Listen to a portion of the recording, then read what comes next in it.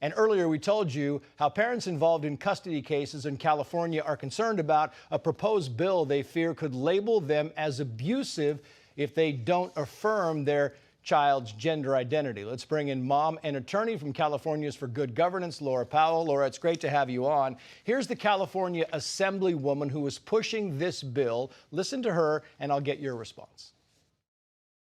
It's not talking about medical issues in any relation. It's talking about what's in the best interest of the child. So this particular bill adds the very important factor that affirming a child's gender identity is in their best interest. So Lori D. Wilson is saying, so parents don't know what's best for kids. Kids know what's best. What do you think about this? Well, those statements she made were really confusing. She talks about how you have to affirm a child no matter what. Today at the hearing that was held, she said by affirm she meant you should be supportive. But clearly it also means to her that you should tell a child, if the child says, I think I'm a different gender, you should say, well, that's true. And that's not something that I think is good parenting. If you listen to her whole statement, she talks about how she has a trans child, who I believe is now an adult. But clearly she thinks she handled it well, and she knows how everybody else should parent. Yeah, and that's the whole thing, is she's saying, listen, here, I did it, and this is the way it should be handled. But the bill doesn't specify the age of the child. I mean, we could be talking about 6- and 7-year-olds, and it gives affirmation the very same weight as physical abuse or neglect.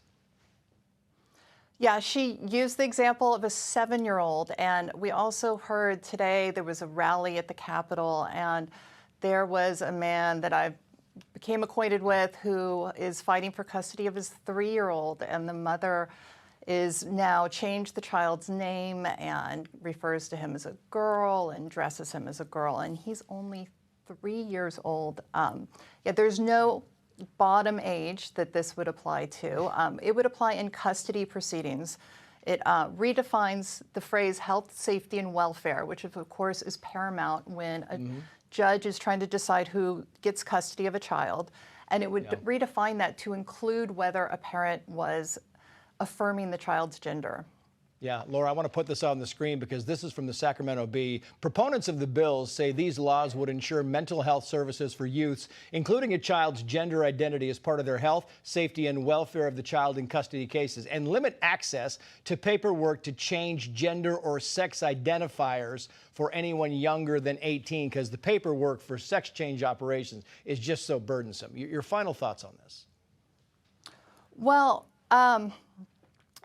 I think that we saw a really big outpouring of opposition to this bill, and was really heartening as we had a lot of diversity in the people who were went to the Capitol and expressed their opposition. We had people who were purple-haired progressives, Spanish-speaking Latinos, all kinds of people, and I think we're seeing a turning point where more people are feeling brave enough to speak out on this issue. Yeah, well, we shall see. Laura Powell, it's great to get your insight on this. Thank you for coming on.